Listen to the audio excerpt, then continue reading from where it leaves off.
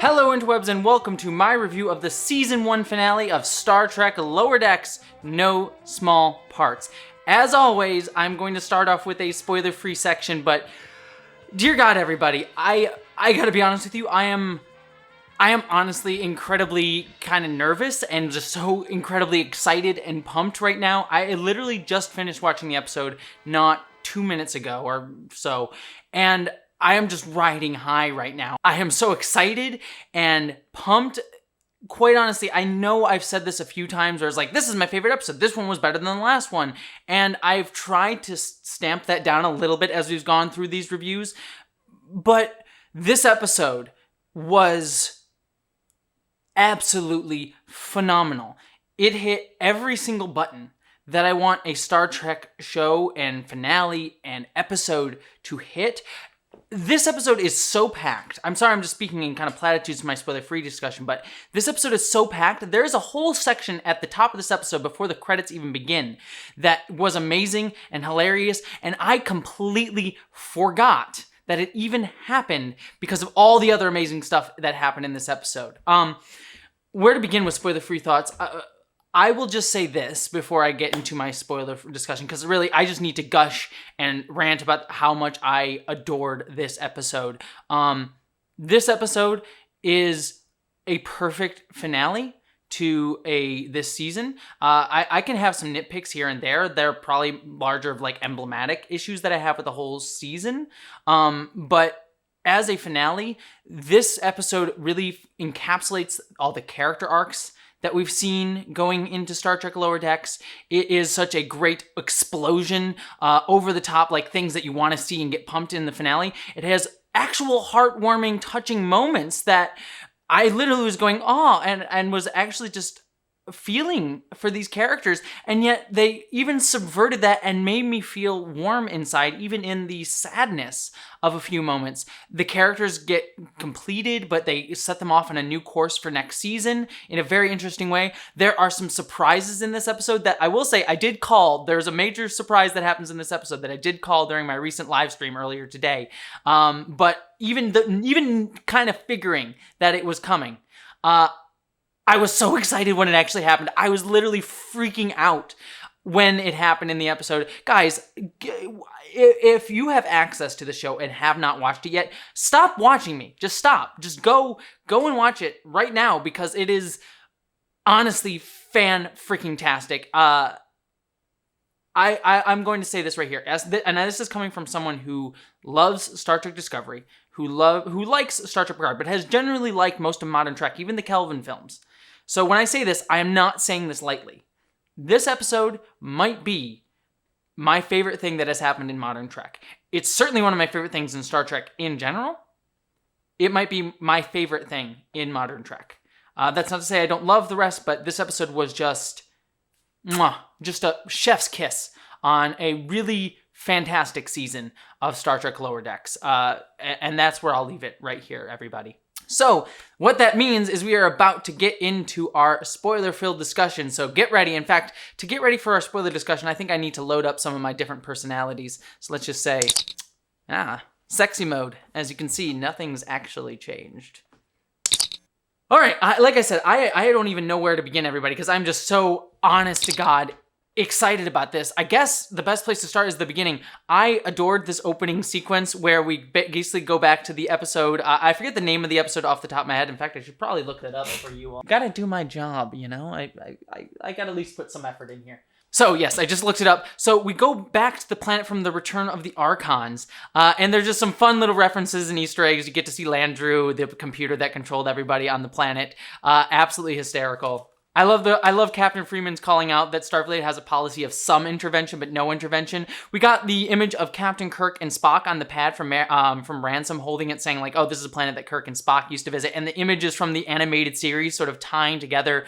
Even though that this was an episode from the actual live action, the original series, the image was the animated series, Captain Kirk and Spock, so that's sort of like canonizing that series, that this is just how they look in animated form, which was also just a really lovely, like, subtle sort of thing. I love that they went back to worshipping Landru and sort of talked about Starfleet's policy of like, just we interfere sometimes, but then afterwards we'll just sort of forget everything and don't even come back to it. I love Ransom referencing that, oh yeah, we visit these things from the TOS era, which is what we call the original series era from Captain Kirk and Spock, but he calls it those old scientists.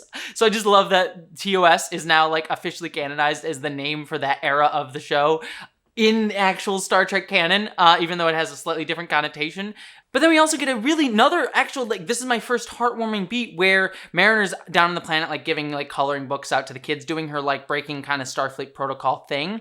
And then Boimler comes up and actually starts helping her. And I was like, oh, that's super sweet. We actually get to see that Boimler's changed a little bit. And Mariner's like, is this because of me? And it's just nice to see that Boimler has had a strong character arc and actually has grown from the person that we saw him in the first episode. And that's a common thread throughout this whole episode. I'm going to be referencing this a few times, but what I love most about this episode overall, as sort of a general note, is that it really feels like there's been some continuity and growth with all these characters. There's a lot of callbacks to previous episodes of this season. So this episode really does feel like a culmination for the entire season. Everything that we've seen so far feels like it contributes in some way, big or small, to this episode. And the fact that like Boimler has a clear arc from A to B this season, and actually we see him grow at the end of the episode, is just absolutely fantastic. And I just love that even amongst all the funny gags and references that there's actually some character stuff going on here. But of course, Boimler references that he knows Mariner's secret from last episode. So again, that episode comes into play.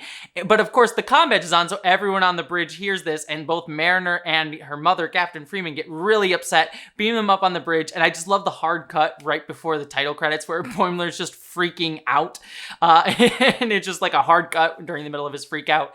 Absolutely hysterical. Absolutely wonderful. Then we cut back and we see the USS Sovereign. I forget the name of the other type of like California class vessel that we see at the top of this episode, but we see another California class vessel. I love the joke that there's like the film, the like plastic film that they keep on the screens like we get in our iPhones and stuff. I keep those on as long as possible for different things like computer screens and trying to keep it perfect. I have that same little quirk as the captain there. So I thought that was a funny little joke. And of course the ship immediately gets blown up by this super powerful ship, which I will talk about who runs those ships later. But oh my god, it was actually a really cool space battle, and while there probably is something to be said about the physics of a claw ripping a nacelle off, I do like that idea. I think that's a really cool idea for a starship battle. I'm sure some scientist out there or some physicist will be like, well, actually, that doesn't work. Or maybe it does. I don't know. I'm not a scientist, despite the blue uniform. Don't come to me for science. I just ran at a camera about Star Trek. Why are you talking to me about anything? Now that I've completely discredited myself as a commentator, and I will say I did love the animation in that section too. The battle animation was really fun and cool there, and the ship animation of this like enemy ship was gorgeous, if overly terrifying.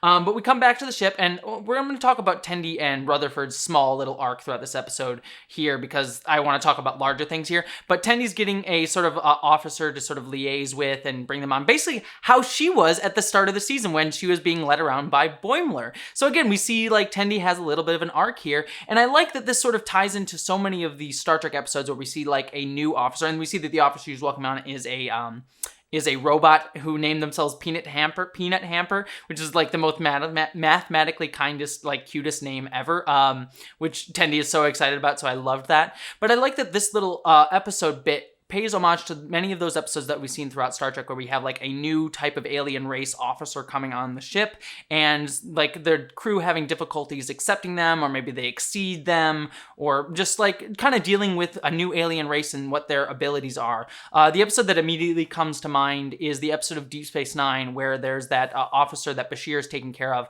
who like has to deal with like she has lower gravity on her planet, so she can't walk as easily in normal gravity but can float in her own quarters. That's the one that I immediately come to mind, but I'm sure there's a lot of evidence that throughout Star Trek. So I loved this cute little robot, but I also loved Tendi's earnestness at being so excited about it. I mean, again, the show plays off this idea of like the typical sitcom thing to do, which would be like Tendi gets jealous of the fact that the robot is like better than her at suturing up people and better at her at doing medical things, that she would just get jealous of this person. That's like what we see in so many different sitcoms.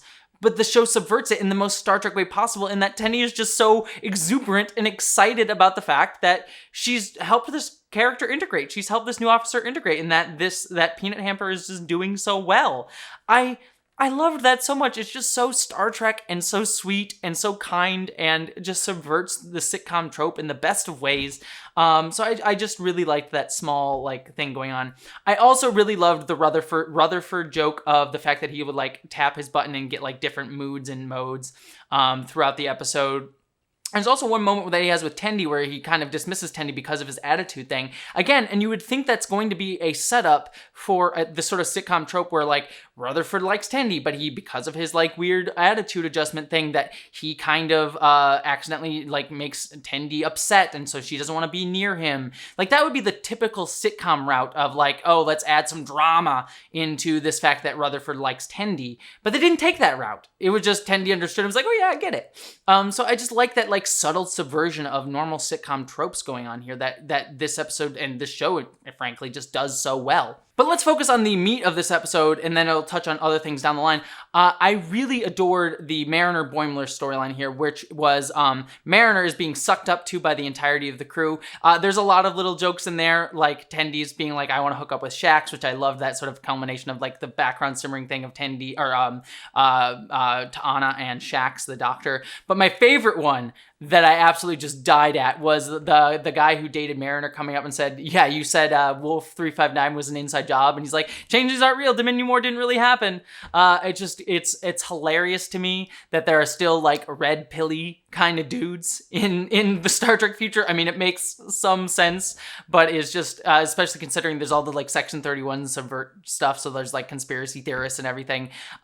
Probably a dig at a certain creator in Star Trek as well, so maybe a little bit ballsy on Mike McMahon's part. I won't call out who, but there was a certain creator in Star Trek history, recent history, who was known for having some conspiracy theory thoughts, let's just say. So it might be a dig there if we really wanted to stretch that. But I liked that joke. I thought that was just absolutely hysterical. That was my favorite of that moment. But I also liked that it was subverting both Mariner and Boimler. Both Mariner and Boimler are trying to go after this promotion to the Sacramento, the USS Sacramento. And so Mariner's basically trying to say like, well, I want to get off the ship. No one will know me, so I'll start acting all normal and like a good ensign. And I just like her like stride when she's walking next to Boimler. She has this like interesting like cool little stride going on. So yeah, I just like that both Mariner and Boimler are kind of switching attitudes. That Boimler's the one that's a little bit more like, yeah, we can break the rules a little bit, and Mariner's kind of playing up this role of like, I'll be the goody two-shoes and everything.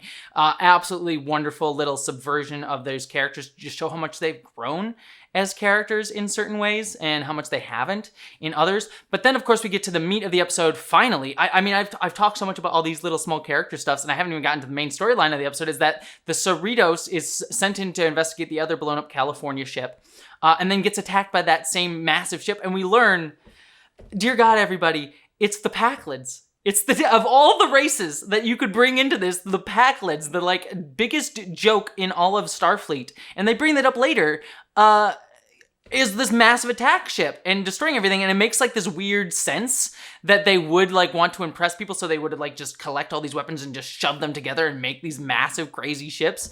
But dear Lord, that's hysterical and yet weirdly makes perfect sense. I also love that the Packlids kept calling every ship the Enterprise, mistaking it for the Enterprise, because of the kit bashing thing. All of the Cerritos does look like the Enterprise, but they're also kind of dumb, so they wouldn't really realize it. I love what they call the Titan, which, spoiler, the Titan comes in at the end of the episode. They call the Titan another Enterprise.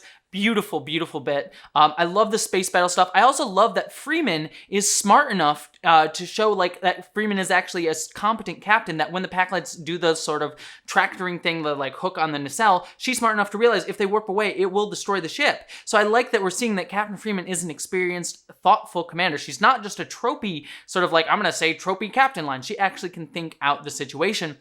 But then she turns to Mariner when she realizes like, I don't know what to do here. Mariner, you think outside the box, that you're able to see beyond what Starfleet protocol says to do. You are needed in this situation. And I love Mariner hops into action, is confident in herself, and calls on Boimler. That Boimler not only is her, like, basically second in command to Mariner, but he jumps in and gets right in on the action and is competent too. He's not the butt of a joke. He actually gets shown to be a competent officer like we know him to be. And one of the things I will say throughout the season is Boimler does tend to be more the butt of the joke than other characters do. So I like that this moment of he's just competent and he gets to like step into the situation and deal with it alongside Mariner and doesn't make any really big jokes about it. He just deals with it. Was fantastic. And of course, they learn that they need to make a virus in order to save the situation. So, of course, Rutherford is the one that can fix that problem. He's the engineer. And he goes to the holodeck and meets Badgie. He meets Badgie. I literally screamed when he met Badgie again, people. It was wonderful. And he has to turn off the safeties. So Badgie's like kind of all scary and evil again. And you don't really know if you can trust Badgie again. It was a wonderful callback, a wonderful payoff to that storyline with Rutherford. And then we go to sickbay, and there's this big, the other thing too is I also love that there's this big fight in the hallways with all the Packleads that start boarding the ship, and we get payoff to the very first scene of the episode with Mariner having all this contraband. Remember, way back, very first scene of the very first episode of Lower Deck, she has all this contraband, including the Batleth, and she's hiding it in different like storage spaces around the Cerritos, and that gets brought up here in the final episode.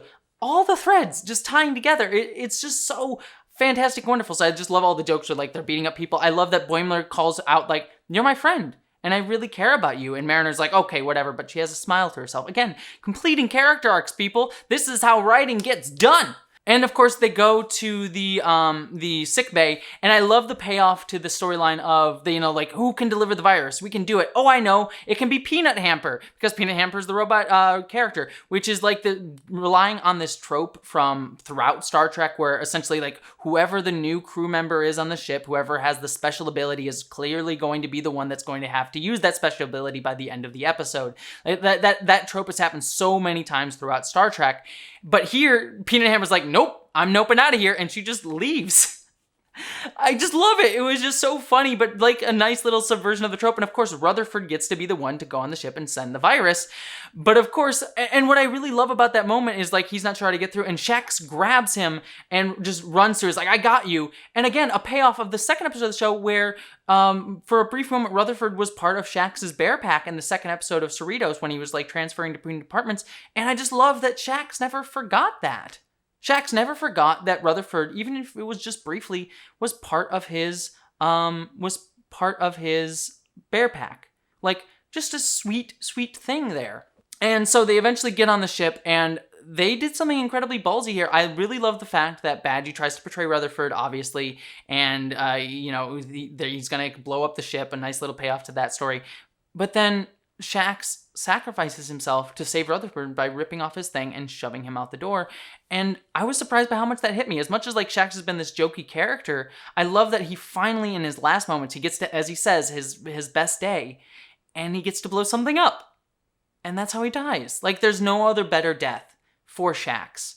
And I'm honestly sad to see him go. Maybe, hopefully, there'll be like a body duplicate or whatever next season. There's many ways you could bring a character back in Star Trek, obviously. But I also am kind of like glad they let him die.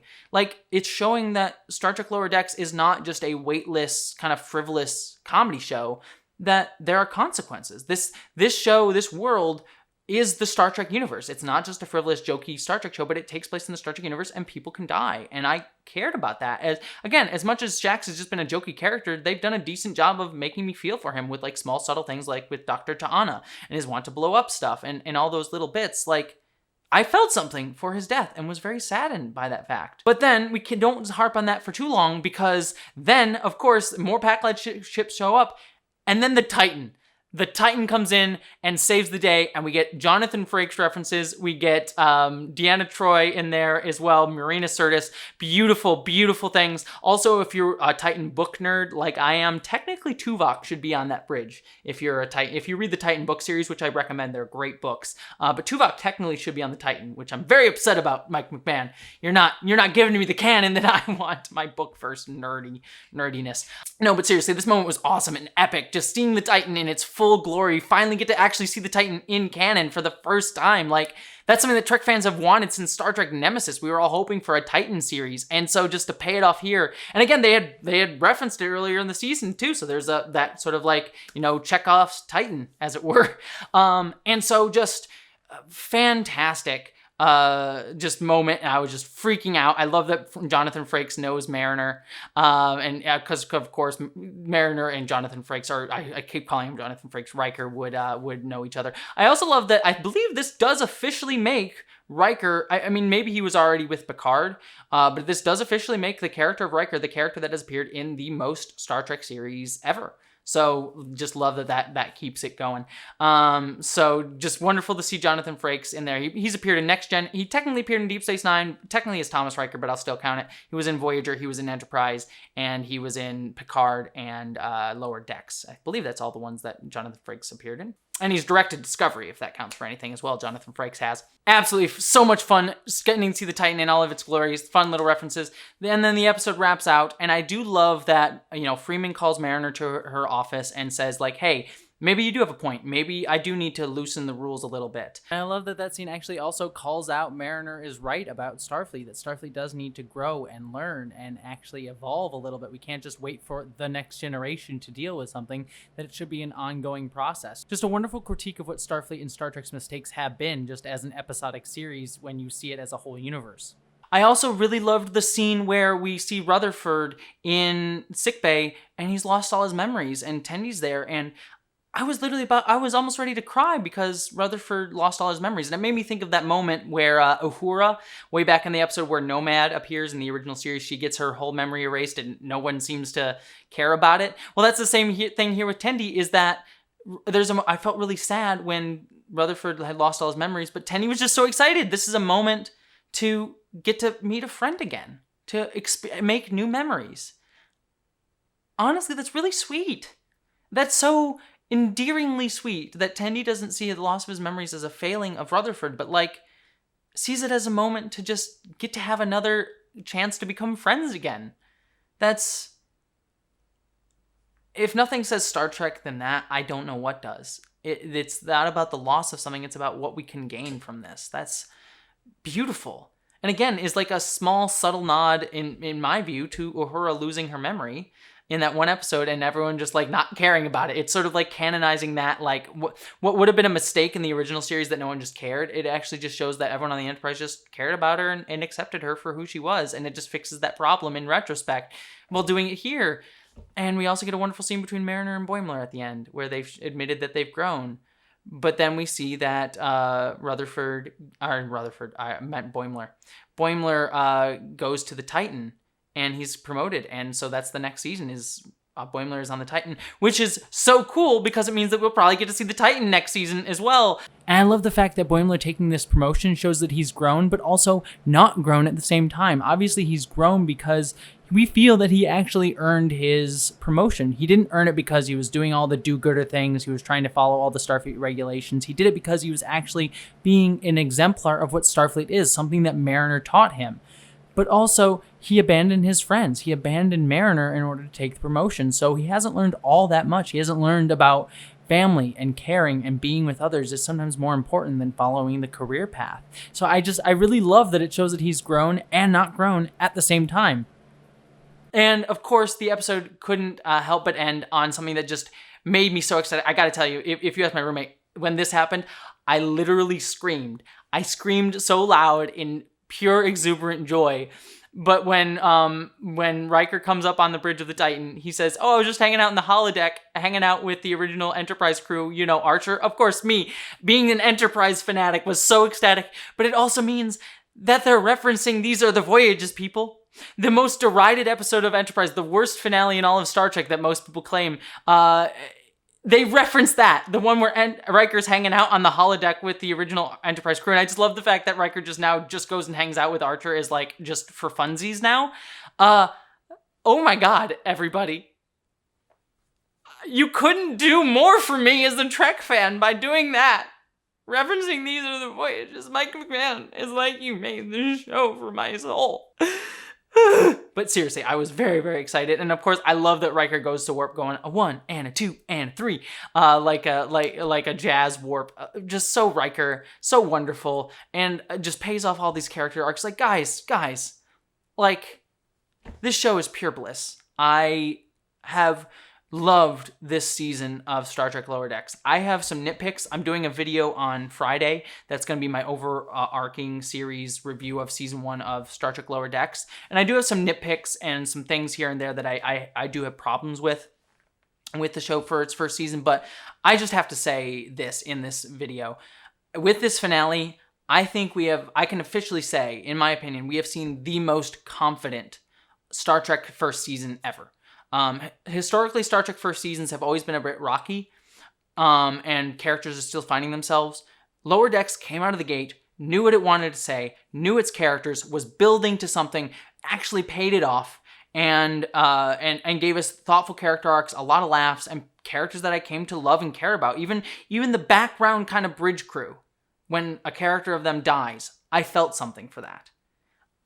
Like, they just did something that, like, the Next Generation couldn't pull off with Tasha Yar's death. Like, I felt more for Shax in 10, 30-minute episodes with his death than I did for Tasha Yar in, 14 or maybe even more, 20 maybe even? So, however many episodes it took to kill off Tasha Yar. It might have been 20-hour-long episodes. And I felt less for her than I did for Lower Decks. I'm not saying Lower Decks is better than The Next Generation as an aggregate, or Deep Space Nine as an aggregate. I'm also not even saying, I don't even think this season of Lower Decks had, a duet or a Balance of Terror or City on the Edge of Forever, which are probably some of the best. Duet from Deep Space Nine, and then the other two from the original series. Those are probably some of the best top-tier first season of a Star Trek show episodes. So I don't think Lower Decks necessarily had, those super memorable ones that had that gut punch of things to say that those episodes did. But I will say it's its batting average and its confidence in its characters and its storylines and its payoff have been the best a Star Trek show has ever done in a first season. So bravo to Mike McMahon.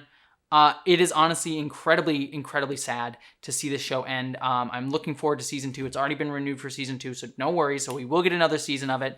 So I am hotly anticipating it. And the only thing that can help console me in the fact that we don't have a more season 1 of Lower Decks is the fact that next week we get to do Star Trek Discovery season 3. And I'm also so excited for that show to I have every confidence that as much as I've loved the previous seasons, they've had their problems, I have every confidence that this season is really going to knock it out of the park, especially now. Star Trek, I know there's a lot of vitriol around Star Trek, especially here on YouTube, unless you're in specific areas that that I would recommend. But I think Star Trek has never been in a better place than it is right now. And Lower Decks, I think, epitomizes that for me. This show, like I said, was just pure joy for an entire season. And while I have nitpicks here and there, and we'll talk about that in my season-long review, what a beautiful, beautiful show that I am so, so glad. I needed it. I needed it right now. I think the world needed it right now. The Trekkie fans needed it right now. Trekkies needed it right now. I'm going to stop gushing, because I'll just keep going forever. Great show. Thank you so much for watching this. Don't forget to subscribe to this channel for more reviews. Don't forget to check out my review coming out later this week on Friday of the full season. Yeah, all that fun stuff. Comment. Let me know what you thought about this episode down in the comments below. I definitely want to hear it because I'm so excited to talk about this episode. Also, don't forget, I am moving to a new state in a couple weeks. So if you can help me out over on Patreon, that would be highly, highly appreciated, especially right now, because it will help me pay for that upcoming move. So I just want to at least mention that if you do like my reviews of this channel, Patreon is most assuredly appreciated, especially right now. That's it. I've ranted enough, everybody. This has been a fantastic episode. You are all wonderful, and have a wonderful night. Well, that's not my sign off. Why did I go with that? I've been gushing too long. Live long and prosper, everybody. You're wonderful. A huge thank you to my amazing patrons who make this channel happen, and an extra special thank you to Miranda Janelle, Ashley Allen Bokikio, Eli Berg-Moss, Ashlyn Solstice, Christina Dalliance, Greg Gillum, Stephen Kleinard, Boyd and Mary Beth Earl, Wellington Marcus, Wayne Twitchell, Buttoneer, Ish the Mad, Munir Amlani, John Steele, Gavin Robinson, William Stewart, Michael Beam, Spock TOS, BBD, Nathan Olson, The Sir Spence, Zach Cody, Bree Beecher, Maeve, Chloe Dollar, Subraxis, Wen Dizzle Bizzle, Tanya Trummer, Gretchen Badger, Dante St. James, Polly Mina, Piston Twisted Garage, Mark the Edge, and Din. I could not do this without all of you, so thank you so much, especially this month.